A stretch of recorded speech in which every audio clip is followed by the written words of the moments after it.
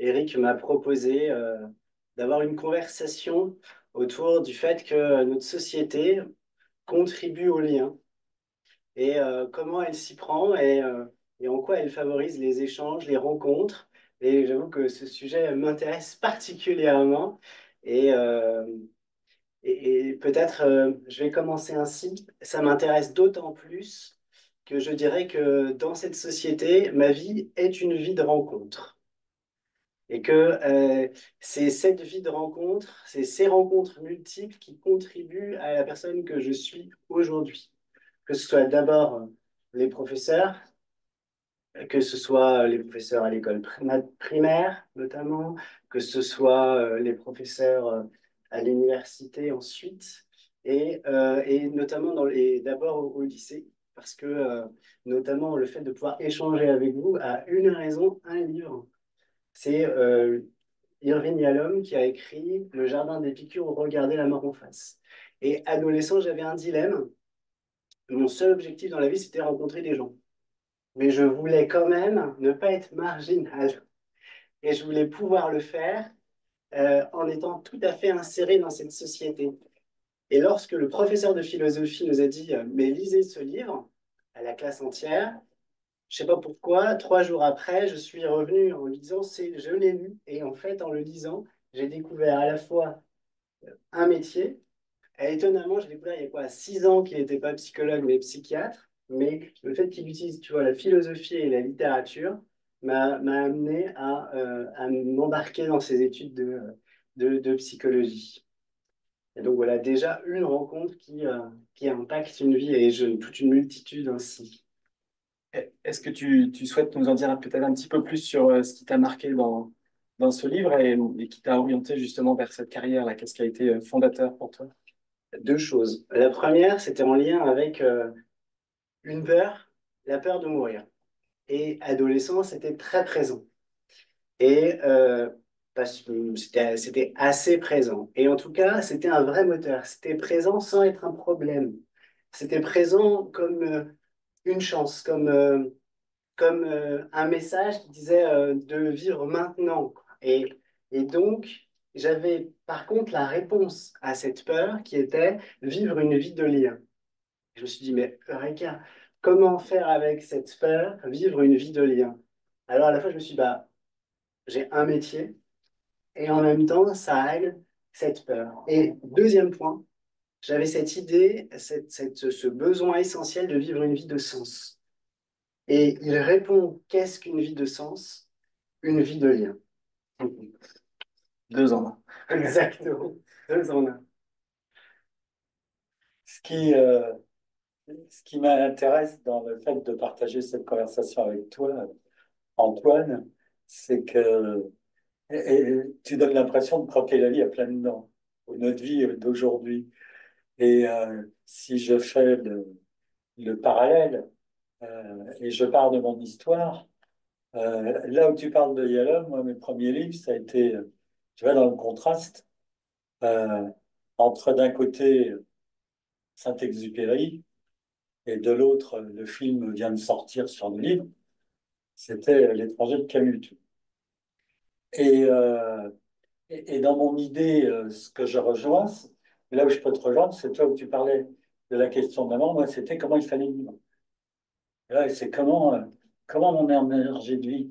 Et donc, la question du lien, c'était comment à partir d'un environnement fracassé, tu vois, je veux dire, un monde traumatique familial, comment, euh, comment arriver à sortir de la survie pour aller dans la vie. Et c'est intéressant parce que tu vois, toi, tu as la perception sur ce sujet des liens et tu vois comment dans notre société, il y a des liens et comment tu en profites et comment tu les nourris. Là où, de mon côté, c'est plus, même si tout ce qu'on travaille ensemble, tout ce qu'on développe va dans cette direction-là, c'est aussi de regarder ce qu'on appellerait en narrative, en thérapie narrative, l'histoire dominante, c'est comment notre société contribue à déstructurer les liens. Donc, je trouve passionnant dans cet échange qui va pouvoir être entre nous, entre nous si on était encore dans une vision narrative de comment, dans la rencontre des deux, euh, observer ce qui émerge et qui peut être l'émergence une histoire où, où les liens et les liens humains reprennent à nouveau place Il y a, dans l'existence sociale. quand tu dis ça, tu évoques la question de la rencontre et je me dis, déjà définissons la rencontre. Et qu'est-ce que la rencontre? C'est le fait de pouvoir partager un espace et un temps commun, qui est la définition même de l'expérience hypnotique, de partager un espace-temps commun. Et Eric, tu évoques un élément essentiel. Alors, tu me fais penser à un élément essentiel, c'est la question du temps.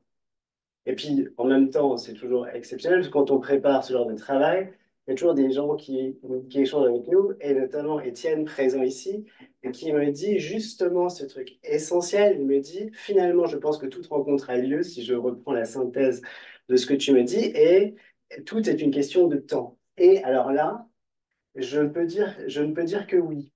Je dirais que, pour continuer le témoignage, j'ai rencontré mes parents tard. Je pourrais dire que j'ai rencontré mon père à 18 ans et que j'ai rencontré ma mère autour de 25 ans. Et que, justement, on a vécu l'un à côté de l'autre pendant longtemps, mais on ne s'est jamais rejoint pendant mon enfance, ou en tout cas, on ne s'est pas suffisamment rejoint pour que j'ai le sentiment qu'on se soit rencontrés. Par contre, justement, des expériences de rencontre ont eu lieu à partir de mes 18 ans, notamment parce que par mon père, je me suis senti compris, et d'ailleurs par ma mère également, mais plus tard. Et puis, un élément essentiel, je dirais que, au-delà d'avoir été compris, je crois que j'ai mieux compris ma mère. Et que ça a permis, et comme d'ailleurs j'ai mieux compris mon père, euh, parce que parce que vraiment, tu parlais d'une enfance un peu compliquée, malgré tout, la mienne n'a pas été simple, et que la rencontre ne s'est pas faite, et que la méfiance, la peur ou la colère notamment étaient plus présentes que la confiance et que l'expérience de sécurité dans les liens était quelque chose qui existait en dehors de la famille. Et donc cette expérience de rencontre qui a lieu plus tard, aujourd'hui, j'en suis enchanté. Et j'en suis enchanté, mais ça a pris un temps infini. Et en effet, je pense que du coup, on rejoint aussi Erickson avec cette idée selon laquelle tout est une question de temps et de manière de rentrer en lien. Et que, bon, là, c'était très long. Et en même temps, aujourd'hui, il y a une envie réciproque d'être en lien. Et justement, notre société, pour revenir à cette société, c'est ça qui est formidable, c'est qu'elle rend possible le fait de vivre des expériences qui vont favoriser des moments de rencontre à travers les cinémas, tu parlais de cinéma, à travers les expériences de théâtre, à travers tous les cafés dans une ville ou dans un village, tous ces lieux, en tout cas, où on peut se rencontrer. Voilà à quoi me fait penser. Alors là, Antoine, avant de ce que tu dis, ça m'amène à te poser une question. Et c'est quoi le lien que tu fais entre la rencontre de ton père et ta mère, la famille et l'espace social? Eh ben, le lien, c'est que l'espace social favorise le fait que on se rencontre, qu'on vive des expériences, qu'on fasse vivre des valeurs, pour reprendre le langage narratif, qu'on définirait comme des expériences affectives partagées. Les valeurs pas comme des idéologies, mais des expériences de vie avec des êtres proches. Tu veux dire que c'est parce que ça t'a amené à partager, je sais pas moi, le cinéma, le théâtre ou d'autres avec tes parents? Exactement. Ah, C'est d'accord. que notre société permet, elle répond à tous les besoins en termes de goût, si je puis dire. Et elle permet, c'est bientôt Noël, c'est quand même un moment propice pour avoir cet échange, d'autant plus parce que c'est Noël. Elle permet d'offrir quelque chose. Moi, j'aime notamment Noël parce que c'est la perspective d'offrir quelque chose qui va être la promesse de se rencontrer à nouveau dans les mois à venir. Et ça, et c'est là où je dirais que du coup, chaque possibilité de se rencontrer est une promesse, comme notre échange aujourd'hui. Et en ça, du coup, je trouve ça réjouissant. Moi, j'ai une question qui me vient, qui est un peu indiscrète, pas le droit de ça y répondre. Mais je me questionnais quand tu dis ça a pris beaucoup de temps pour rencontrer mes parents. Je ne me permettrai pas de juger, mais d'après toi, qu'est-ce qui fait que ce lien a fini par émerger? Est-ce que ce serait du côté de la levée des obstacles ou des ressources qui sont arrivées? Comment? Est-ce que tu peux nous en dire sur ce qui a été Qu'est-ce que je peux dire de ça? peut-être le médiateur de cette rencontre qui l'a potentialisé, catalysé peut-être? Euh, C'est le fait que, bah, ça y est, je vais devoir te répondre de façon assez explicite, c'est le oui, fait d'avoir été soutenu. ok. C'est le fait d'avoir fait l'expérience que finalement le soutien était possible, du côté de mon père et du côté de ma mère. Et je crois que c'est justement, tu dis quelque chose d'important, le fait d'avoir été soutenu et de l'autre côté, que ce soutien a permis euh, de partager des expériences et des moments comment dirais-je, à travers le cinéma, le théâtre, autre chose certainement, et qui a nourri des moments de rencontre.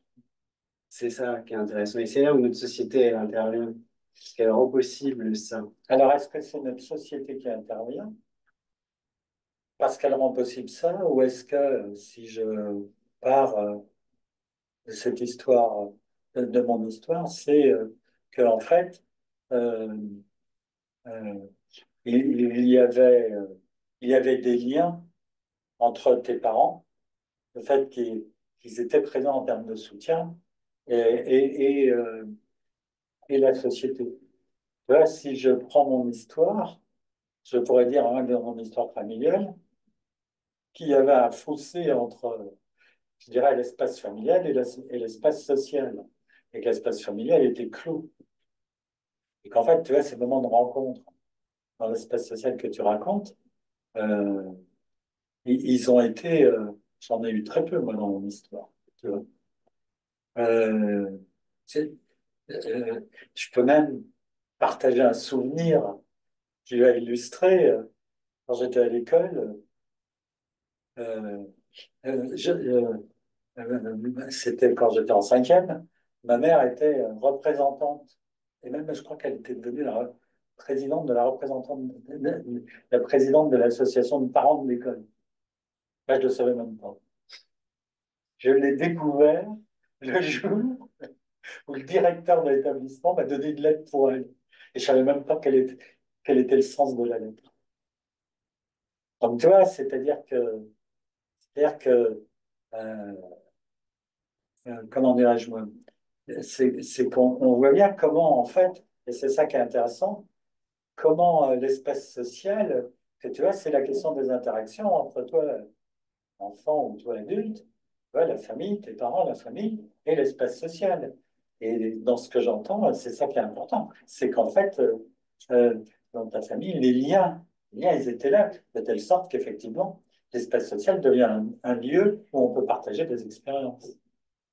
Et quand tu me dis tout ça, ça me revient le fait que autant mon père que ma mère ont souhaité faire partie de cette société. C'est ça. Et que, ils ont agi pour faire partie de cette société. Ma mère en passant de mère au foyer en faisant des études et ensuite en exerçant le métier d'aide-soignante. Et puis mon père, lui, par contre, avec les difficultés physiques, il a un spinal bifida, c'est pour ceux qui connaissent, pas, c'est au niveau de c'est la moelle épinière qui est atteinte et qui empêche notamment la marche dans certains cas, dans les cas les plus graves. Et là, pour le coup, c'était l'un des cas les plus graves dans les années 50, donc vous imaginez. Ceci dit, il a toujours rêvé de faire partie de la société et il a toujours voulu que j'en fasse partie. Et que, étonnamment, il n'y a pas eu de rejet de la société ou il n'y a pas eu de mise à distance de la société dans la famille, en effet. Et puis le deuxième point, c'est qu'en effet, l'espace social avec ce qu'il propose, et en même temps, ça me fait toujours penser à Kant quand on parle des conditions de possibilité. Et je me dis, voilà, la société, c'est des conditions de possibilité. Après, en tout cas, est à portée de main des occasions, des possibles de se rencontrer, un prétexte pour se rencontrer, que ce soit en effet cinéma, etc. Mais après, si on élargit un peu, qu'on passe de la famille aux amis, la société, euh, elle propose pour nous des formations qui avons la chance aussi de faire un métier où on est toujours obligé d'être curieux et de se remettre en question. Et c'est ça qui est intéressant aussi. Et en plus, notre société avec donc il y a les formations enfin, là je pense là d'un seul coup à Avignon, au festival, etc. En tout cas, elle permet aussi aux amis de se réunir autour de quelque chose qu'ils partagent. D'ailleurs, le théâtre et en particulier les cours de théâtre aussi, toutes les activités en commun qu'elle peut partager, qu'elle peut favoriser, que ce soit du sport ou autre, mais qui parfois d'ailleurs les liens vont pas forcément se faire pendant l'activité, mais en dehors, lorsque justement on va aller boire un verre après ou avant, et qu'il y a de ces temps-là, notamment je pense en effet à certains cours de théâtre où pendant, c'est pas vraiment le moment de tisser des liens, mais après oui. Et puis il y a l'intérêt majeur, et là je pense vraiment au théâtre, c'est de travailler ensemble, et d'ailleurs à l'Institut, et de travailler ensemble longtemps qui favorise aussi des liens qui s'épaississent. Parce que quand on parle de liens, évidemment, je dirais qu'il faut aussi se dire que les diamètres ne sont pas les mêmes en termes de liens. Et que pour les épaissir, il faut du temps. Et que ce qui va aider, c'est pas le temps tout seul, c'est que chacun contribue à le nourrir. Et ça nous amène, Eric, sur ce que tu nous as enseigné pendant longtemps et que tu continues, cette idée d'un lien vivant qui peut se nourrir ou s'assécher. En fait, ce que tu es en train de poser comme question, c'est pas la question de la société, c'est comment dans cette société il y a il y a des espaces qu'on va dire qui sont à la fois quoi, une dimension à la fois de rituel et à la fois d'espace de rencontre et de créativité qui peut faire émerger, comment dirais-je, des échanges qui vont enrichir et nourrir chacun. Exactement, c'est exactement ça. La société donne de l'espace, donne la possibilité, en effet, de vivre des moments communs et notamment tous les rituels y participent, en effet. Dans notre société, on a beaucoup de rituels, comme quand même beaucoup de sociétés. Enfin, l'humain est ritualisé et a des temps de rencontre. Notre calendrier est vraiment ritualisé avec plein de moments. Il y a Noël, il y a Pâques et autres moments de vie où c'est toujours des prétextes, croyons ou pas, je dirais peu importe, mais je trouve que vraiment c'est réjouissant de pouvoir avoir la perspective d'un repas, quoi.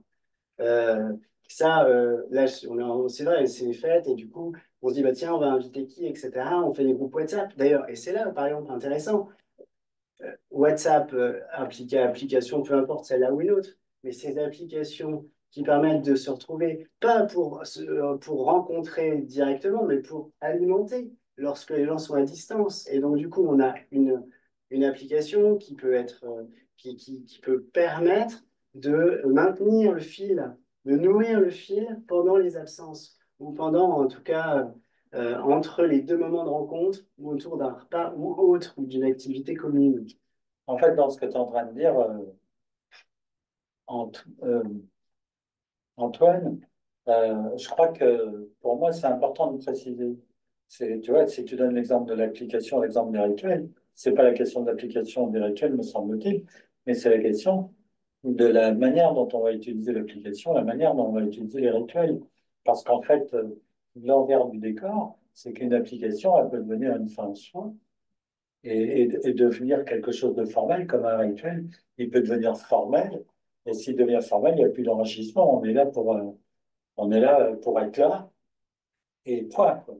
Donc en fait, je crois que c'est bien la question qui est posée aujourd'hui dans l'espace social, c'est que c'est juste que tu dises que d'un côté, il y a énormément de possibles, et après, c'est dans ces possibles comment on cultive et on nourrit des espaces de rencontre.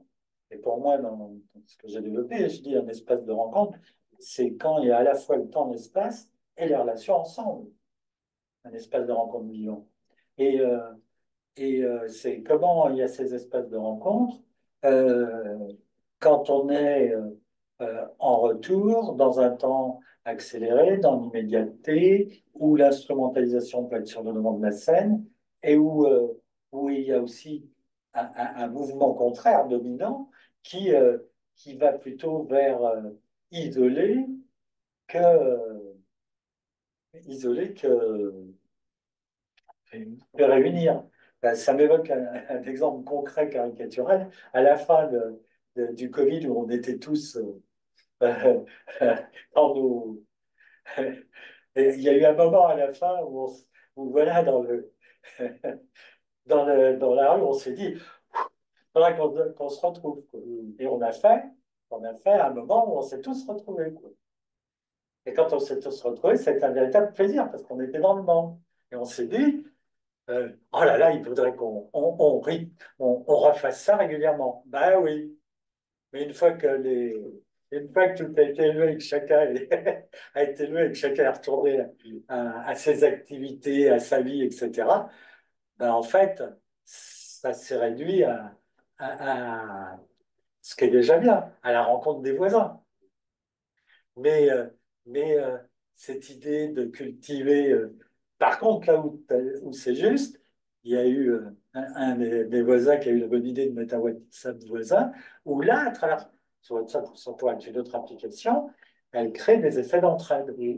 Et effectivement, je crois que la question, et dans ce que je ressens aujourd'hui, c'est que, il y a des besoins de retrouver des espaces d'appartenance où on peut, des espaces ensemble, ou qui soient des espaces d'enrichissement réciproque, quoi, c'est-à-dire de liens. Et l'autre aspect aussi que tu décris et qui me semble très important, c'est qu'effectivement, euh, l'enrichissement, c'est de construire à chaque, et dans le partage, de retrouver, je vais dire un gros mot, c'est- au sens étymologique du terme, hein, c'est-à-dire au sens premier, c'est des moments de communion, c'est-à-dire d'expériences partagées, où il y a une dimension, j'allais dire, joie, créativité, jeu. Et il y a quelque chose, par exemple, tu vois, qui me semble frappant, et puis je vais te redonner la parole, c'est que je connais bien l'univers du jeu, hein, depuis que je suis tout jeune, et au moment où euh, l'informatique et Internet a commencé à développer les jeux en ligne, tu vois, que ce soit les jeux de rôle en ligne, les jeux de société, jeux sur table, les wargames, tout ça, en ligne, je me suis dit, ça y est, c'est la fin du jeu sur table. Et à quoi on assiste aujourd'hui? À une créativité pas possible et à un renouveau du jeu sur table et à énormément de gens qui achètent des jeux, puisque c'est la période de Noël, et qui partagent des moments de jeu ensemble. Et je trouve que ça, c'est un signe plutôt Encourageant. encourageant. Et du coup, ce que tu dis là me fait venir deux choses. Sur l'histoire de la fête des voisins, enfin de la réunion des voisins, il y a deux choses. Je me dis, en fait, en tout cas, je vis le fait que les relations, justement, elles ont un diamètre plus ou moins fort et j'aime particulièrement vivre en ville parce que ça peut être les relations entre voisins. Là, en venant à pied de chez moi, j'ai rencontré le voisin et on a eu un échange d'une minute, même pas. Mais je trouve ça réjouissant de pouvoir traverser une ville et rencontrer comme ça des personnes. Deuxièmement, il y a tous les commerçants. Moi, je peux passer une heure avec un commerçant à discuter et d'ailleurs, du coup, le temps des courses prend un peu le temps.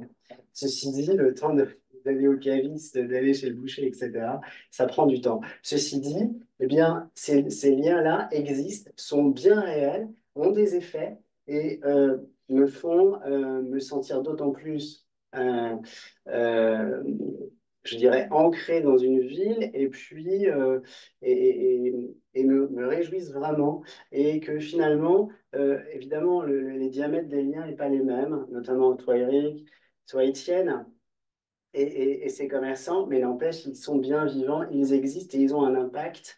Et je m'en réjouis tous les jours.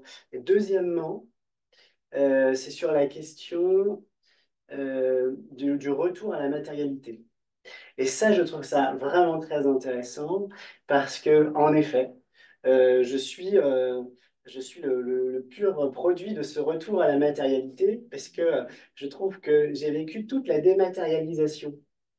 Ce qui est caricatural, c'est la musique. La musique est passée du vinyle à la cassette au CD, au streaming. Et aujourd'hui, depuis quelques années, c'est le retour en force du vinyle. Et je me réjouis moi aussi de revenir au vinyle parce que justement derrière, il y a une recherche de la matérialité. Et puis, il y a un deuxième élément, c'est la question du temps. C'est de pouvoir vivre avec un... Et je trouve que le vinyle répond à ça. Comme on doit le retourner, on doit en prendre soin, on doit le retourner, etc. Il n'y a pas ce truc de je lance une playlist et en fait j'en ai pour 3 jours en soi si je veux. Là, on est obligé, ça s'arrête quoi. On est obligé de se lever, on est obligé de tourner le vinyle et ensuite de se reposer. Et du coup, eh bien, ça donne un rapport au temps bien différent. Donc ça, c'est les deux éléments qui me viennent quand je t'écoutais. En fait, dans ce que tu es en train de dire, quand tu dis retour à la matérialité, c'est un retour à une matérialité concrète et pas virtuelle. Exact. Et qui, à ce moment-là, remet dans un processus relationnel. Et c'est-à-dire que oui, euh, et qui devient, et qui passe, je vais pas faire, qui passe par mobiliser à la fois nos mouvements et nos sens. Exact. Là où en fait on reste dans la virtualité, dans une position qui peut être totalement passive, oui. Et, et, euh, et en fait, si je reviens à tout ça, tu vois, c'est intéressant parce que à une époque, même si ça va, quand, euh, quand j'avais plus d'activités, comment dirais-je, de thérapie qu'aujourd'hui, parce que j'ai plus que 2 jours aujourd'hui, mais euh, quand je recevais des enfants, je m'étais attaché à quelque chose de très important, c'est que la majorité des jeux et des jouets, et surtout des jouets que j'avais, étaient des jouets qui étaient en bois, sous forme de tissu.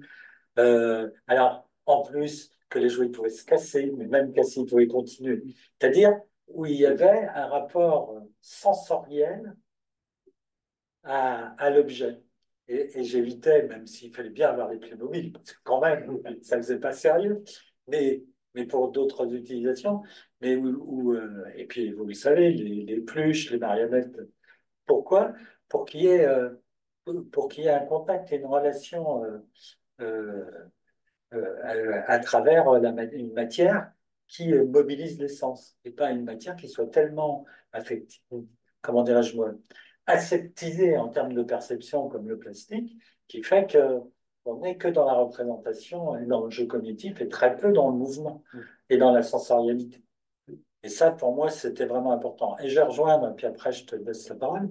Euh, Dans l'autre partie qui me semble extrêmement importante, c'est que effectivement, on a besoin en tant qu'être humain de relations qui mobilisent et qui nous nourrissent dans notre existence humaine, pas qu'en étant des pions qui sont finalement un peu robotisés ou au contraire itérés, quoi, si je peux dire comme ça.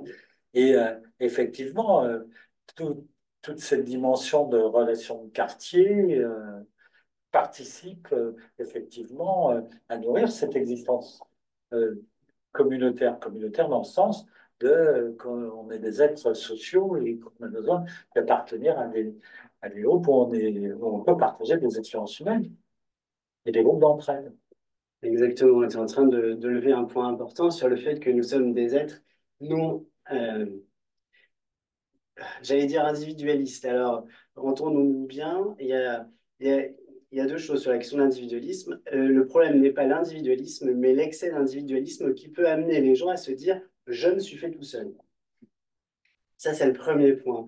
Et c'est d'ailleurs le point. Et donc, ça rejoint le fait que nous sommes des êtres qui arrivons, c'est une conversation qu'on a déjà eue, qui arrivons dans un tissu relationnel. Il y a, et on n'arrive pas tout seul. Un bébé tombe dans les bras et est nourri et on en prend soin et grandit dans des liens. Et là-dessus, notre société individualiste peut parfois amener les gens à se dire, quand je pose la question, par exemple en thérapie, mais quelle est la première personne qui vient à votre esprit et qui a participé à la personne que vous êtes? Bon, mettons, eh bien, les gens peuvent dire moi. Et là, et voilà, ok. Alors, d'un point de vue technique, on a appris, ok, observez où est présent ce moi à l'intérieur de vous. Ok. Ceci dit, bon, c'est pas suffisant, hein. Il va falloir ensuite, on prend parce que, alors ça m'amène à une autre pensée, mais je ne vais pas perdre le fil. On part de là où sont les gens. Et à partir de là, ensuite, on va quand même les amener à se reconnecter au lien. Parce que, en effet, je dirais que cette idée selon laquelle on est la somme des relations qui composent notre vie n'est pas pleinement habitée dans notre société. Et, et les gens peuvent parfois se vivre comme des générations spontanées dans le pire des scénarios qui n'est pas si rare, mais et du coup, ce qui est intéressant, c'est, et notamment une des questions que j'aime poser ou me poser aussi parfois, c'est quelles sont les personnes qui contribuent à la personne que tu es. Et ça rejoint Rimbaud qui disait, je est un autre. Et ça, c'est essentiel. C'est qui ce je qui parle à travers moi et quelles sont toutes les personnes qui participent à la personne que je suis. Et je peux faire la liste de tous mes goûts et la liste de toutes les personnes qui ont contribué à ces goûts. J'aime le jazz par une amie qui a enfin réussi par une porte d'entrée alors que d'autres avaient essayé de me faire aimer le jazz. Un autre ami m'a fait aimer la musique classique enfin par une porte d'entrée alors que ça avait pris du temps aussi, et etc. etc. Et que les goûts, euh, j'aime la cuisine par un autre ami, l'art pour un autre ami, ce qui parfois par excès d'enthousiasme m'amène à me dire, allez, je vais faire des études dans le domaine à chaque fois, parce que je me dis, waouh, ça. Et pourquoi? Parce que je me dis toujours, ah, ce sera l'occasion de conversation. D'aller d'autant plus à la rencontre de l'autre à partir des centres d'intérêt de l'autre. Voilà ce qui me vient, en tout cas, Eric, quand je t'écoute. Alors, je reprendrai juste un petit quelque chose. C'est c'est sur la question tu as dit sur la somme des rencontres, c'est ça? Oui, Je crois que sommes des personnes. oui, la somme Oui, des comme personnes. des relations qui Dire constituent la le moi. relation. Oui. Pour moi, c'est justement, on n'est pas la somme, je crois que c'est plus que ça, on est la synergie des effets des rencontres. Et je veux dire, on n'est pas dans une collection. Oui. Ça me semble vraiment important. Et effectivement, c'est les rencontres qui enrichissent notre vie. Et, euh, et c'est vrai que quand tu parles, puisque tu as abordé la question de l'individualisme, c'est vraiment une construction sociale. Et c'est une construction sociale dans la vision moderne qui s'est construite sur l'art industriel. Exactement. Et en fait, la base de notre humanité, elle est elle est qu'en fait, nous nous développons euh, et nous évoluons comme ça, je crois, depuis la nuit des temps, un nombre de sociétés sur la planète, dans les rencontres et dans la rencontre avec les autres. C'est-à-dire que je ne dirais pas que le jeu est un autre, mais le jeu et l'autre émergent d'un nous partagé et que ce nous, nous est constitutif, c'est-à-dire que euh, on est depuis le début de notre existence sur cette planète, et nous sommes des êtres qui savons au plus profond de nous-mêmes que l'être ensemble est indispensable à notre propre existence. Et, euh, et en fait, c'est comme si, j'allais dire, Euh, dans la quête du bonheur, le message qui avait été vendu, euh, c'est en possédant la matière, vous pourrez être libre tout seul et vous serez heureux, vous n'aurez plus besoin de dépendre des autres. Mais aujourd'hui, je crois que le mouvement qui vient,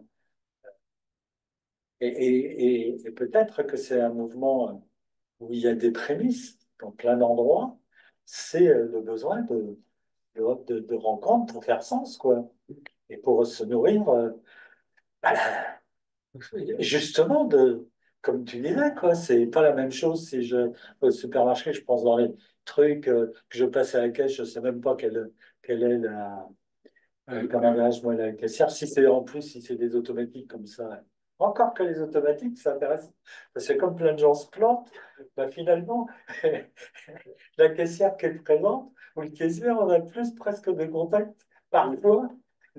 Mais on voit bien que c'est parce que à ce moment-là, c'est l'entraide qui est nécessaire, quoi. C'est ça qui est le paradoxe. Mais effectivement, si on a un dialogue, si on bah oui, c'est quand même beaucoup plus agréable euh, de pouvoir. D'ailleurs, pour moi, il y a une très nette différence quand les courses, il va y avoir des échanges, que les produits, on va pouvoir partager ensemble, que si c'est bon, il y a la liste, il faut aller vite au supermarché faire des trucs, parce que là, je vois qu'au fait, ça n'a strictement aucun intérêt. Et peut-être que c'est effectivement ce qui est en train d'émerger dans notre société, c'est peut-être de redécouvrir dans des îlots différents. Euh, Moins formalisé peut-être que ne l'était, comme j'ai connu à mon époque, les associations d'une manière plus formelle, euh, que, de retrouver des espaces d'être ensemble. Et en tout cas, quand tu parles de tes courses, je me dis, mais en effet, c'est différent. Je trouve pleinement de cuisiner quelque chose où on sait que c'est le boucher avec lequel on a un lien, à qui on a été le chercher, le caviste, etc., etc., euh, que, au supermarché de façon indifférenciée avec nos produits. Et qu'on peut taper la causette sur le produit. Exactement. Et du coup, on se retrouve avec des produits qui ont Et une il devient avoir histoire. une histoire. On est d'accord. Exactement, c'est cette idée-là. Et je trouve qu'on est beaucoup plus enthousiaste à préparer ces produits-là, où il y a eu cet échange avant, que des produits sans vie, si je puis le dire ainsi, pleinement sans vie, quoi. Et sans histoire. Et justement, c'est très important parce que tu vois, c'est ce que j'ai quand même beaucoup développé dans la LR, c'est cette idée que c'est pas ce qu'on fait qui compte, mais c'est les effets de ce qu'on fait qui nous nourrissent. Et les effets et c'est ce qui nous nourrit qui va nous permettre de développer la personne que nous sommes et notre singularité en tant qu'être humain. Et, euh, et, euh, et, et, et dans ce sens-là, l'individualisme est une fausse forme de construction, sauf que là où c'est problématique, c'est que cette forme de se construire laisse entendre que c'est la forme universelle et qui est juste. Alors qu'en fait, c'est une forme qui amène à une collection d'éléments et une collection de clones avec ça. Mais si on le voit comme un équilibre, mais qui évidemment, je dirais, est très difficile. Mais je me dis que on peut aussi se dire que cette vision individualiste a l'intérêt à sortir, c'est-à-dire de quelques instants braquer le regard sur un individu et de Ouais. partir de l'individu pour aller rejoindre le collectif. Je veux dire généraliser pour en faire une norme. Exact. Et oui. Et puis, et de pouvoir exister dans le groupe Oui, et c'est de ça. faire ce mouvement inverse. Et ça me fait écho aux contemplations et à la préface des contemplations d'Hugo qui dit, mais lorsque je parle de moi, je parle de nous. C'est ça. Et moi, je trouve ça chouette d'avoir des gens qui témoignent de leur propre vie pour me sentir rejoint. Voilà. Et ça, je trouve que c'est une force dans notre société. C'est quelque chose, en tout cas, qui me plaît beaucoup, la possibilité de témoigner d'une histoire et en même temps qui rejoint le collectif et l'histoire commune. Alors, je vais encore me faire l'avocat du diable. Je t'en prie, tu es là pour ça. Certes, à partir de moi, mon histoire est suffisamment décentrée de moi pour qu'elle puisse avoir à la fois témoigner de mon histoire singulière, mais aussi de pouvoir avoir, comment dire, une valeur d'expérience partagée et qu'elle puisse participer à construire un sens commun et partagé. Et quand tu me dis ça, j'entends le fait que ça dépend de l'intention. Toi, tu Ben racontes oui, ton histoire. parce que le problème qu'on voit bien aujourd'hui, c'est que euh, c'est la question de si c'est pour vomir mon histoire, on est dans le voyeurisme et l'exhibitionnisme. Et donc toute la question, et on peut dire, ah ben oui, mais c'est bien comme étape. Oui, mais qu'est-ce que ça construit? Et là, Eric, tu nous permets de faire le point avec la thérapie. Oui. Et le fait que dans la thérapie narrative, notamment la position de témoin, cette approche qui va aller chercher, pour la thérapie narrative, c'est cette approche qui va aller chercher les moments vivants, toutes les expériences affectives, là, que les gens vont nommer partage, écoute ou autre, mais en fait, c'est concrètement, c'est quoi? C'est des enfants qui jouent avec une mère, et c'est des amis autour d'une table à boire des verres, etc., etc. Et, euh, et c'est ça qu'on va aller chercher. Et le moment du témoignage est un moment où alors que la souffrance isole, alors que la souffrance met en retrait et nous amène à avoir le sentiment d'être seul à vivre ce que l'on vit, le témoignage permet de se sentir rejoint par l'autre et que la thérapie, c'est rejoindre l'autre. Et par l'intermédiaire du questionnement, par l'intermédiaire en TLMR de la mise en scène, comme une scène de théâtre avec les personnages sur une scène dans un espace et dans un temps donné, et de pouvoir rejoindre l'individu dans cette scène-là. Autrement dit, j'avais cette intuition adolescente, bizarrement, avec joie, qui s'est avérée une réalité, que les êtres humains ne vivaient pas dans le même monde. Ah ben ça, c'est clair. Et que j'étais enchanté quand en écho, la TLMR arrive et où cette intuition devient, n'est pas, est assez juste et même pendant des années, on apprend et on va continuer à apprendre à rentrer dans ces mondes-là comme des explorateurs curieux, ce qui est quand même une chance incroyable et qui répond au fait de rencontrer l'autre. Et, et que ce mouvement-là en permanence d'aller à la rencontre de l'autre comme ça, dans ces mondes-là, avec ce qu'il a de difficiles ou autres, comme des cailloux plus ou moins gros, des fois des gros menhirs, qui peuvent empêcher la rencontre, ou des murs, etc. Mais qu'en même temps, progressivement, avec un temps lent et de la patience, et un travail de mise en scène concrète, et pas justement de l'abstraction, mais parce que l'être humain est à la fois réel et virtuel, on peut mettre en scène, on peut dire, voilà, au milieu de cette pièce, il y a ça, il y a un gant qui a une petite bouche, qui dit quelque chose, etc. Peu importe, mais en tout cas, quelque chose peut prendre vie ici, et on peut être touché en tant que thérapeute, et on peut toucher le patient et ainsi se rejoindre dans le même espace. Et ce travail-là de la rencontre est possible grâce notamment au témoignage et qui est une forme enfin, qui est vraiment, je veux dire, la possibilité, l'intention. Ce qui va changer, pour être clair, c'est que l'intention de témoigner est pour rencontrer l'autre et pas pour vomir son histoire. C'est ça qui me semble essentiel. En fait, ce que tu es en train de dire, si je le remets en perspective avec notre sujet, c'est que tu es en train de dire que en même temps, en même temps que de recultiver les rencontres dans l'espace social, c'est aussi de retrouver la dimension créative, le langage poétique et ce qu'on appellerait le réenchantement du monde. Et quand on retrouve ça, et quand on permet aux patients, grâce à notre travail, de vivre ça et de nous faire vivre ça aussi en même temps, eh bien, on sort de la souffrance. Oui, Ça ne veut pas dire que la souffrance n'existe pas, mais du moment qu'elle est partagée, elle n'a moins d'impact sur nos vies. mais j'aimerais bien revenir maintenant, comme tu parles de ça, revenir sur ce que tu as témoigné par rapport à ta famille, et ta la rencontre avec tes parents.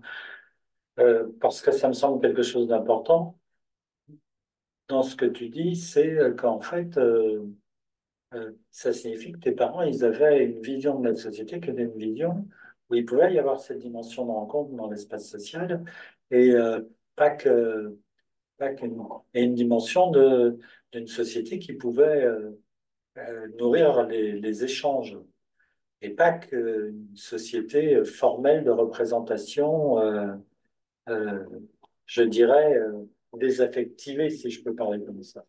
Et pour moi, c'est quelque chose d'important parce que on voit bien quand on travaille avec les enfants et les ados aujourd'hui, qu'un certain nombre d'enfants et d'ados, justement, c'est ça le problème, c'est que les parents, c'est comme si les parents, ils n'arrivaient plus à pouvoir transmettre cette image-là de la société. Que ce soit une société vivante, qui enrichisse, qui soit une société de partage dans laquelle je vais pouvoir me déployer, pas uniquement dans le devoir. Hein. C'est-à-dire, quelque part, comme si le message, c'était, ben, c'est dans ta petite enfance que tu as vécu le paradis, mais au fur et à mesure que tu grandis, c'est l'enfer qui t'attend. Enfin, comme c'est une métaphore, hein, mais c'est un monde de lutte, de devoir, de contraintes, de souffrance, d'hostilité, et donc une vision qui fait que, bah oui, ça donne l'impression aujourd'hui qu'un certain nombre d'enfants ou d'ados, ou d'adolescents qu'on reçoit en thérapie, ils posent déjà à travers leurs problématiques une position existentielle, quoi. Si grandir, c'est pour aller dans ce mode-là, moi, j'en veux pas. Exactement, Eric, Tu vois?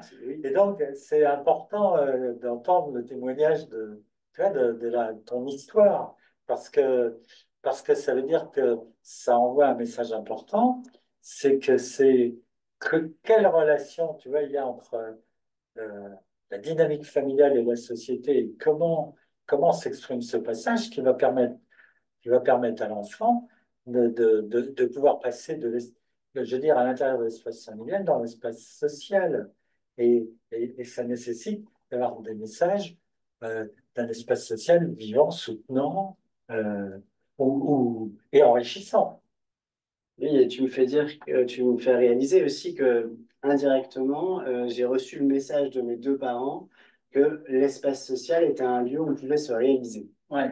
Et que, alors même que mon père n'a pas réussi à se réaliser pleinement dans l'espace social, et que ma mère y a réussi en partie, peut-être majoritairement, en tout cas plus que mon père, indéniablement, mais n'empêche que ce message est passé. Mm. Et que le soutien a permis que ça se réalise. Et qu'ensuite, les rencontres sur le chemin vont pousser à ce que ça se réalise aussi. Et d'ailleurs, bah, j'avais ça en tête il y a une minute, et puis je me dis, bah voilà, c'est le moment. Et notamment, c'est grâce à toi, Étienne, qu'on est là aussi, parce que euh, c'est grâce à un moment très précis que j'ai continué à me former ici. On était en train de faire un exercice sur ces mouvements alternatifs, là, et, euh, et tu poses ta main sur mon épaule et tu me dis, oh, mais t'as l'air comme un poisson dans l'eau. Et là, ça a eu un effet de recentration et où chez moi, j'ai eu comme un truc qui s'alignait, paf, paf, paf, comme la colonne vertébrale qui fait clac, clac, clac, clac, clac, clac, que j'avais vécu aussi. Et c'est pour la même raison que je suis resté en thérapie narrative, pour cet effet physique sur la colonne vertébrale d'un alignement comme si les vertèbres se repositionnaient. Et là, il y a eu ce moment-là, et là, à ce moment-là, j'ai dit, OK, je reste. Donc merci Étienne, parce que C'est le seul moment où la mise au banc, le banc de poisson, fait lien, tu vois. merci pour ton humour, Étienne. Et Un petit moment de silence pour digérer tout ça. Moi, j'avais Oui, vas-y. j'avais quelques questions. Puis il y a plein de choses qui me viennent et je me demandais en vous écoutant si vous aviez des choses à dire peut-être sur quelles intentions on peut prêter à la société. C'est-à-dire que d'un côté, j'entends une société qui parle à nos jeunes, qui leur envoie des messages qui sont pas toujours très sexy, qui les invitent pas à une forme de maturité. Et de l'autre, j'entends, notamment au niveau interpersonnel, individuel, des rencontres qui sont portes de sens. Et je me demandais, dans ce bruit-là, quel message social on entend, alors j'imagine des choses peut-être assez divergentes, mais qu'est-ce qu'elle nous dit la société actuelle, j'ai pas envie de dire moderne, parce que c'est connoté un peu péjorativement, mais de quoi ça nous parle, tout ça, à l'ère du temps? Pour moi, la question, c'est que alors, ça n'engage que Oui, perception. C'est qu'aujourd'hui, on est justement dans une dimension d'errance. Et d'ailleurs, dimension d'errance qui n'est peut-être pas d'aujourd'hui, hmm, qui se dévoile aujourd'hui, oui, mais qui n'a pas commencé aujourd'hui. Et cette errance, elle cristallise une dualité. Parce que là encore, quand on voit l'appartenance oui, et le besoin d'être ensemble, oui, oui, mais on a l'autre extrême du besoin d'être ensemble. C'est de se réunir oui, dans des positions idéologiques oui, qui font que je vais exister contre les autres. oui, Et c'est très fort aujourd'hui. Des positions cliniques, on pourrait dire. oui, Des positions planiques la polarisation. et la polarisation. Et je pense que aujourd'hui, on est vraiment dans cette question qui me semble centrale, qui est euh, que pour le moment, on est dans une phase où il y a ce besoin d'être ensemble, Oui, mais que de ce besoin d'être ensemble n'émerge pas encore un sens partagé. Et que la question, c'est comment, me semble-t-il, oui, dans nos sociétés, retrouver. Quand je dis retrouver, c'est pas retrouver quelque chose de passé, c'est trouver quelque chose, hmm. tu vois, c'est-à-dire une vision, un sens qui puisse devenir un sens de l'être ensemble et qui accepte, tu vois, qui à la fois de l'être ensemble, qui accepte les singularités de chacun. Et je crois que c'est véritablement cette question-là dans laquelle on est là aujourd'hui. Oui, quand tu dis ça, ça résonne fort chez moi sur ce besoin d'être ensemble. Et est-ce que ce serait pas, en inversant le miroir, de dire que peut-être un des facteurs de crise de la société moderne, c'est une crise de sens, qui fait que Oui, les individus se retrouvent ensemble, mais manquent la question du sens. oui. Et donc, où on a les deux extrêmes, Oui. quand le sens est absent, et toutes les variations au milieu, hein. Mm. Mais dans les dysfonctionnements, entre l'individualisme qui fait que Mm. mon monde et moi, on ne forment qu'un, et je suis dans un scénario de seul monde, Mm. où collés l'un à l'autre,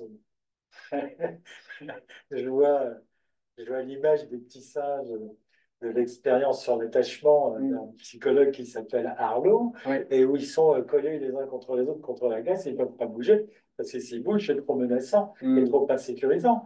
Et donc, et avec, toi, tu as travaillé pendant des années sur ce terrain, avec toutes les addictions qui vont Oui. avec, et la dépression, hein, qui sont voilà.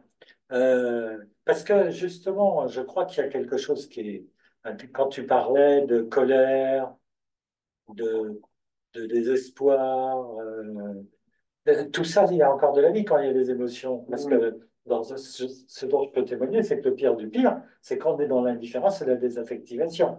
Parce qu'à partir de ce moment-là, euh, je veux dire, il y a plus de, je veux dire, c'est comme s'il n'y a plus de vie, C'est quoi. post-survie. C'est presque survie.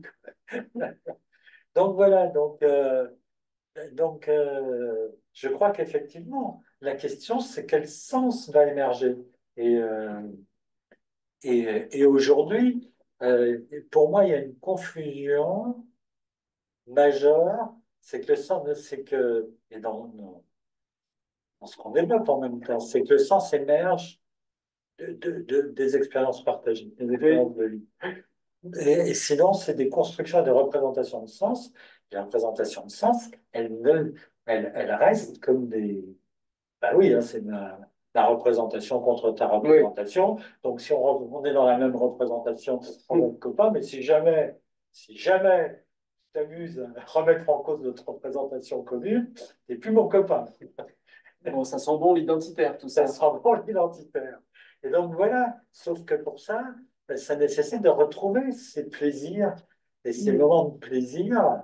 C'est vrai que je suis toujours fasciné par deux choses. C'est quand on voit dans les spectacles, par exemple, les concerts, comment il y a tant de monde. Oui. Et qui, à ce moment-là, partage ce moment-là, mais c'est phénoménal. Comment on voit, par exemple, des lieux, y compris d'ailleurs, hein, même des gens non-croyants qui vont visiter des églises, des cathédrales, etc. Et comment ça, voilà, comment il y a un besoin, et à travers les jeux, hein, c'est ce que je disais, comme si il y a ce besoin de retrouver des expériences partagées. Mais on n'est pas encore, c'est des îlots en quelque sorte. Oui. Mais on n'est pas encore, ça c'est la métaphore hein, qui dit les petits rues, qui petit à petit se rencontrent, Oui. font un ruisseau, Oui. un torrent. Le torrent, il fait une petite rivière, puis la rivière fait une grande rivière, puis après, elle fait un fleuve. Pour le moment, et elle va à la mer. Et pour le moment,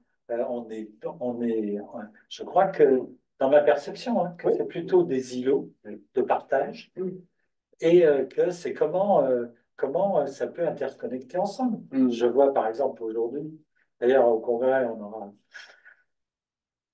des thérapeutes hein, qui viendront témoigner par rapport à ça, les gens aujourd'hui qui viennent en thérapie pour des questions existentielles ou sur leur sensibilité et leur inquiétude, la peur écosystémique, par exemple. C'est des choses qu'on n'avait pas il y avait d'une manière exceptionnelle il y a encore même 10 ans, quoi, hein, et qui aujourd'hui, hein, l'éco-anxiété, voilà, c'est ce que je cherchais. Et en effet, Eric, je te rejoins complètement sur le fait qu'il y a un ensemble d'épiphénomènes, mais qui ont du mal à tisser ensemble. C'est ça. On est bien d'accord.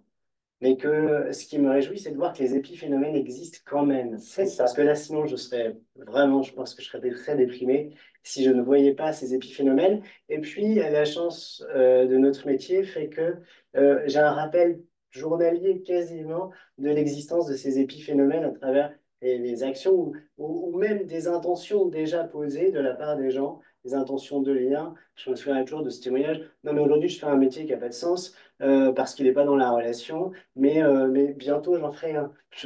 Moi, ça me réjouit parce que je suis content de la perspective.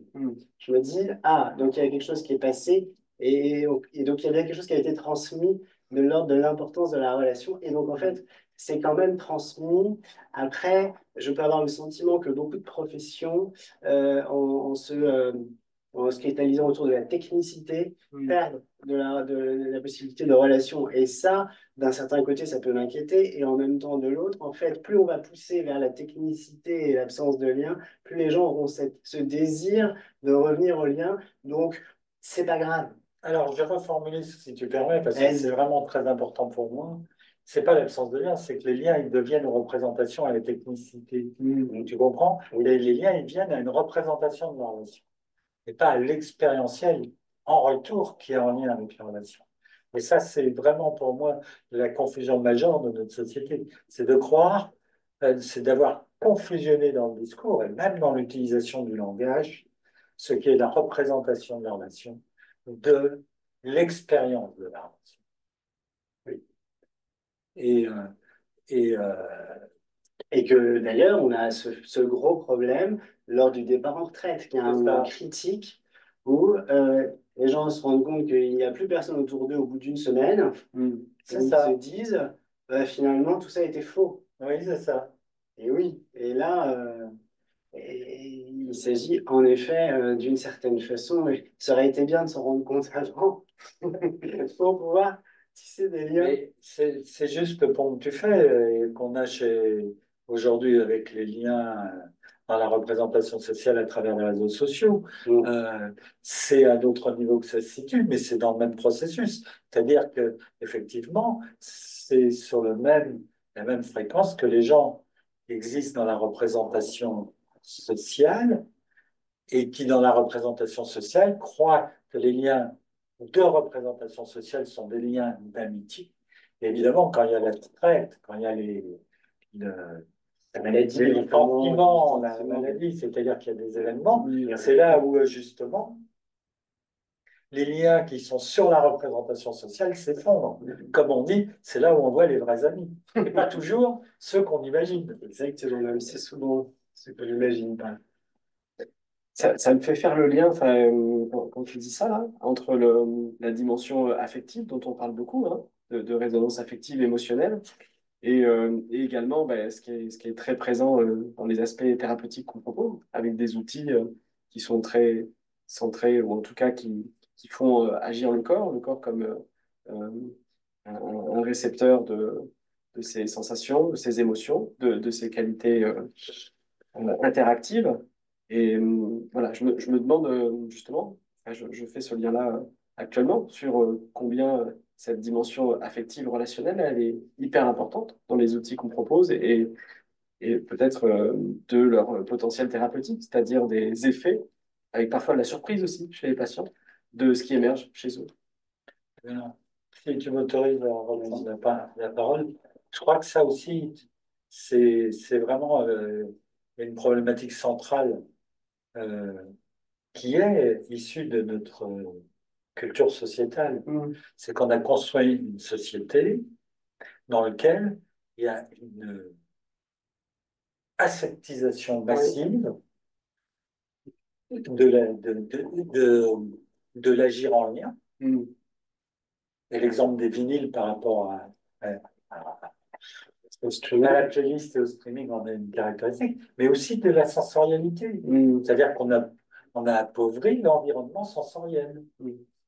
Et, et pour réduire à une exclusivité de sens. D'ailleurs, dans notre société, le regard est associé au mental, Mm. Et au visuel, je ressentir, parle, hein. Oui, et Voilà, ressentir est dangereux. c'est ça, et ressentir est oui. devenu dangereux.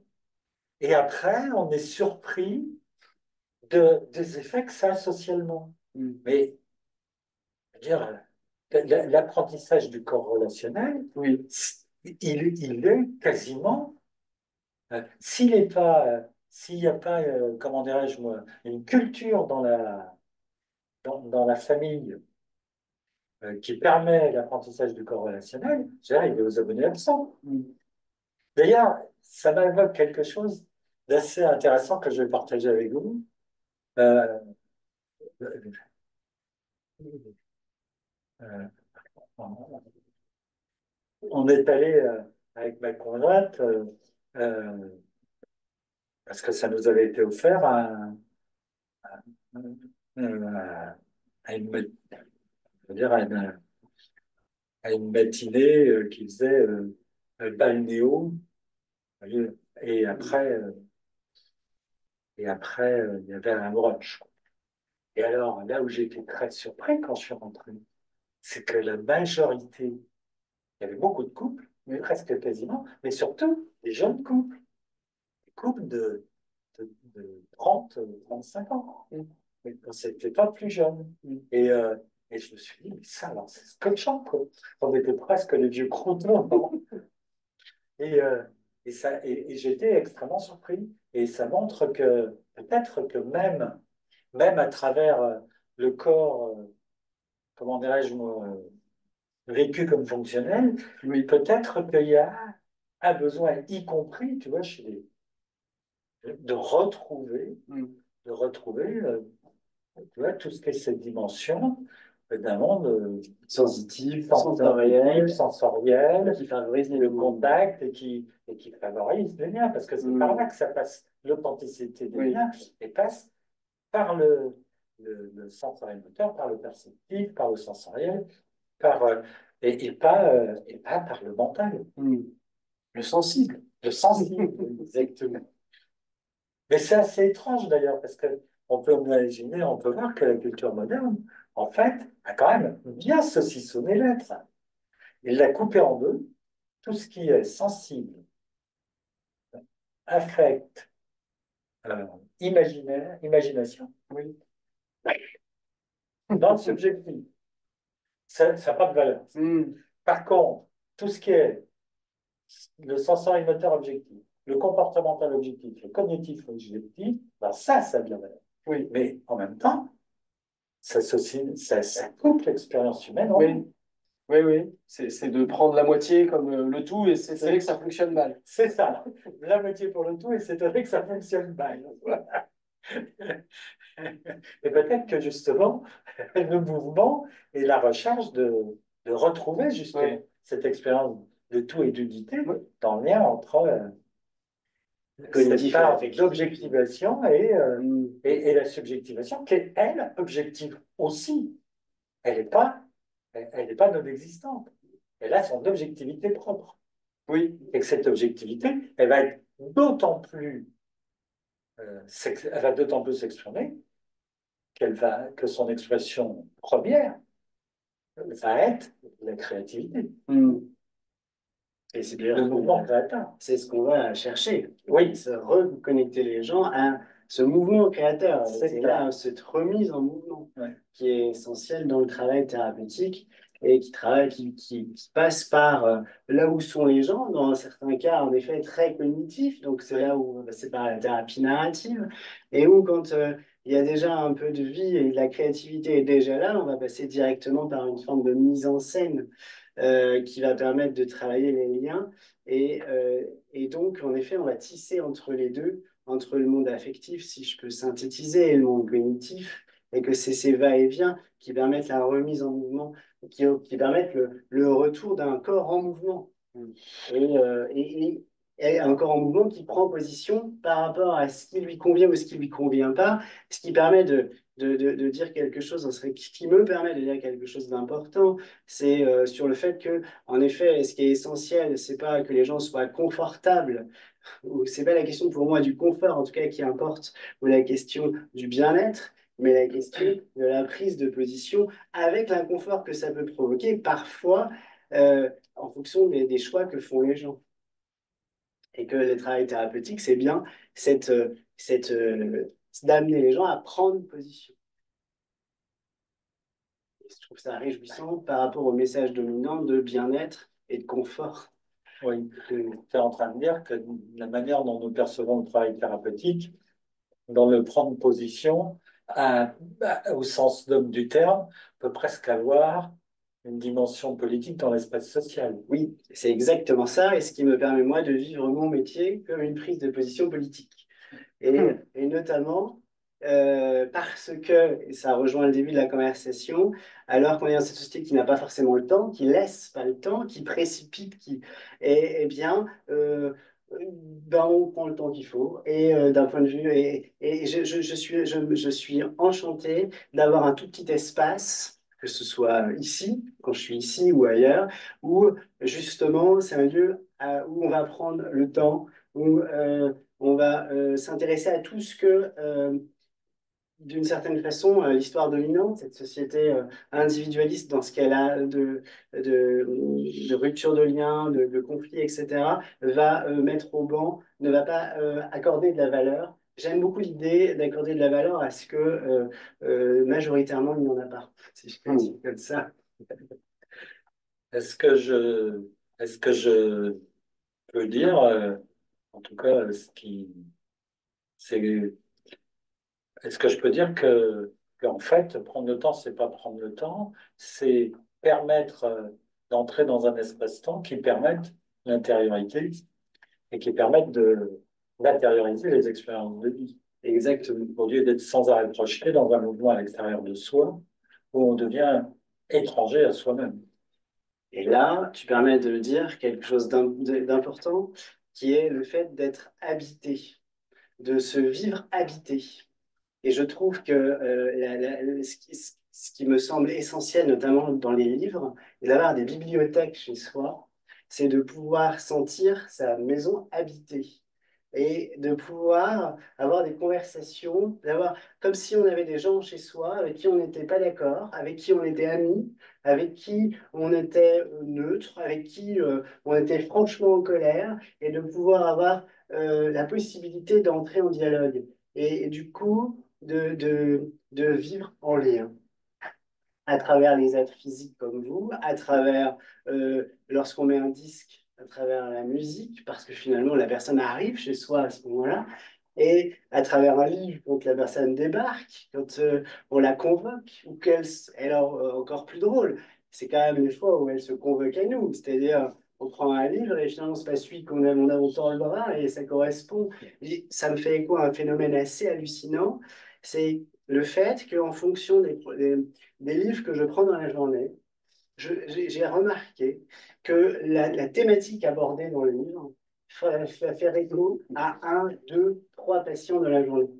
Et ça me réjouit et je peux faire ça assez souvent de prendre un livre et en fonction du thème, d'être attentif et de me dire, tiens, bah, d'ailleurs, attentif ou non, mais en tout cas curieux de savoir à qui ça va faire écho. En fait, tu es en train de nous dire, Antoine, que, que la joie de vivre, elle est dans l'expérience des petits moments de la vie où le lien est très présent. Exactement. Et c'est de... Et incarné. Quand tu dis habiter, oui, habiter, ou si je prends le terme hein, de, comment- de Valera, de Francisco Valera, c'est voilà, c'est l'expérience incarnée, quoi. Mais c'est ça, c'est l'expérience habitée. Voilà, et que c'est pas les trucs exceptionnels, c'est d'être dans une responsabilité dans un petit moment de la vie, d'apparence banale, mais qui à ce moment-là vont prendre une tonalité vivante qui va amener ce que tu nous exprimes à une vie joyeuse. C'est ça que tu veux dire. C'est Et exactement enthousiaste. ce que je vais te dire. Ouais, c'est ça. Et de pouvoir, je dirais, ne pas être passif par rapport à ça, mais agir aussi Oui. pour que ça ait lieu.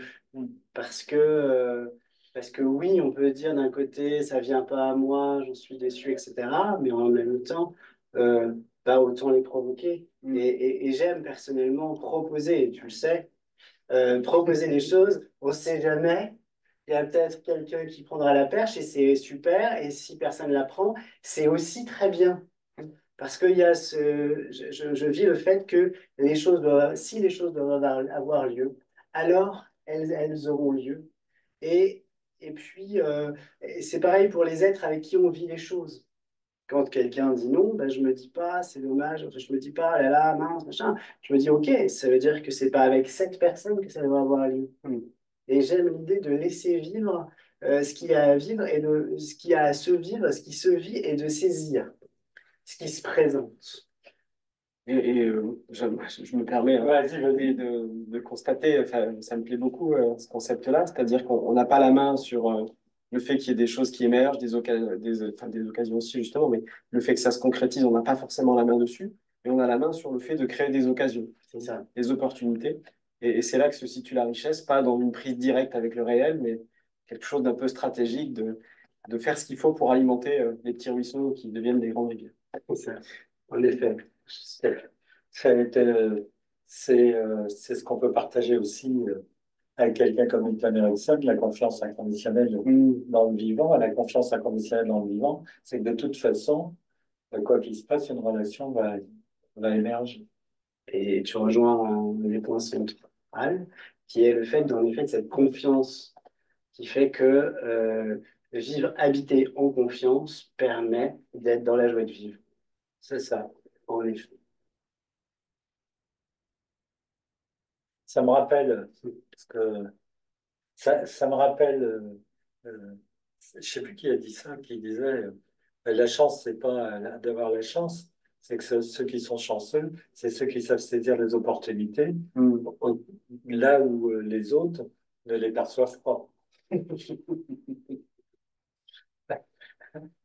Bon, j'entends très fort dans ce que vous dites l'importance de travailler son regard sur le monde, hein. C'est-à-dire, on a parlé des caractéristiques du monde, de sa complexité. On a parlé tout à l'heure de la dualité, c'est-à-dire d'un côté un monde qui est riche de différents sens, de différentes valeurs.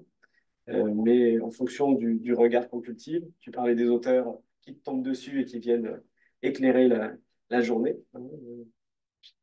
Combien c'est notre regard qui va venir conditionner et comment on peut travailler ça pour modifier ou avoir une prise sur ce monde complexe. Exact. Et l'un des auteurs qui vient de percuter ta rétine, c'est Arun Rosa. Et justement, écrit cette idée selon laquelle c'est pas le monde en soi, mais le regard qu'on porte sur le monde qui, euh, qui, euh, qui est et qui contribue au fait d'être dans la joie ou pas. En effet. Donc, oui.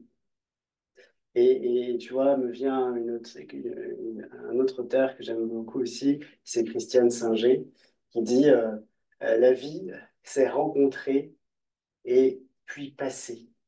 Et j'aime beaucoup l'idée de rencontrer et de passer. À une autre rencontre.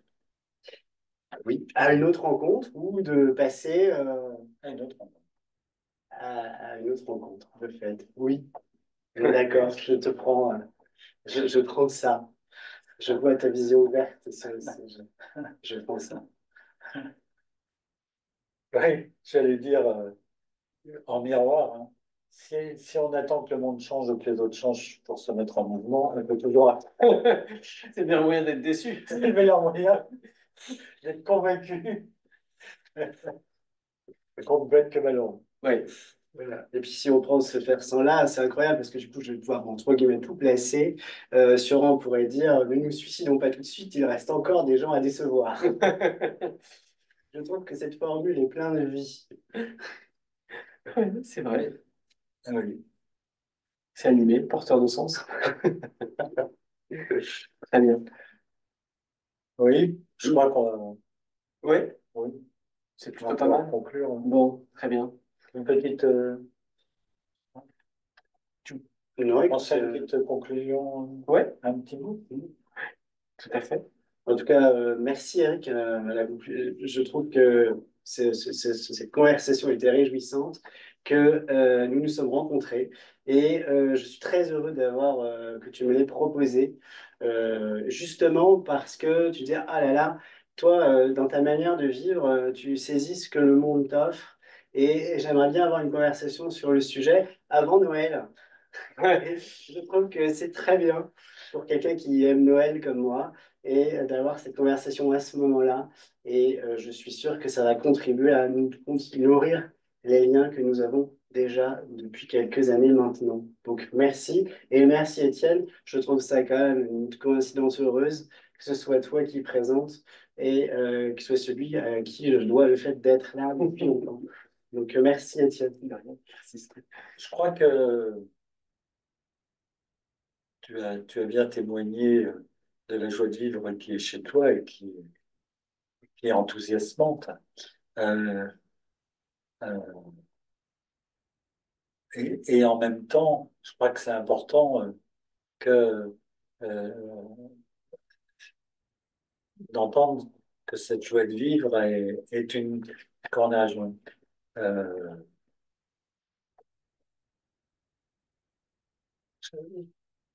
je ne sais pas comment dire, mais elle vient de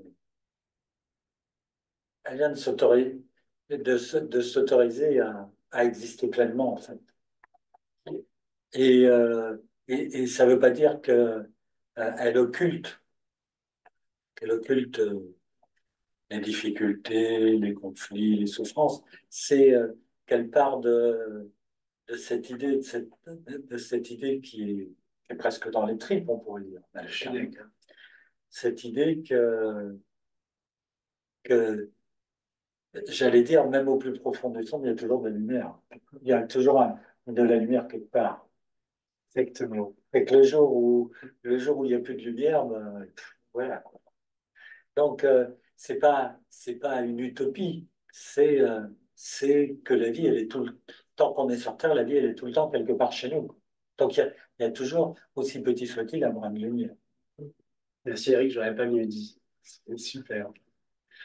Ça, ouais, tu me permets? Oui, oui, bah, c'est à toi. Ça me fait vraiment écho avec une citation de Leonard Cohen qui dit que les failles, c'est justement ce qui laisse entrer la lumière. C'est ça. Voilà. Dans, dans cette vie. Bah, écoutez, merci beaucoup à tous les deux. Moi, je suis très content de vous avoir écouté, accompagné sur ce moment-là. Votre, vos regards croisés, votre subjectivité, hein, quelque chose d'engagé dans cette vision du soin. Une petite note de subversivité aussi par rapport à des valeurs sociétales dominantes qui peuvent parfois avoir tendance à isoler les individus et en tout cas une communauté de valeurs qui se structure autour du partage, quelque chose qui est animé du côté de la rencontre, de la vie, du vivant, de la résonance. On a parlé d'Artmut Rosa et c'est quelque chose qui est très présent chez lui. Merci beaucoup pour ce moment chaleureux. Et en termes de continuité, ça me donne l'occasion de faire le lien avec le prochain webinaire qui se déroulera le 9 décembre 2025, même heure, à 18h30, qui réunira Stéphane Roy, psychologue, et puis intervenant majeur de l'Institut Mimétis, et le docteur Dina Roberts, qui est psychiatre, qui travaille en addictologie également, et qui aura pour thème le corps du thérapeute comme boussole relationnelle au service de la thérapie. Merci beaucoup. Merci. Merci Étienne. Merci à Merci vous Eric. pour votre Merci. écoute et à bientôt pour un prochain webinaire. À bientôt. Merci beaucoup. Au revoir. Au revoir. Au revoir.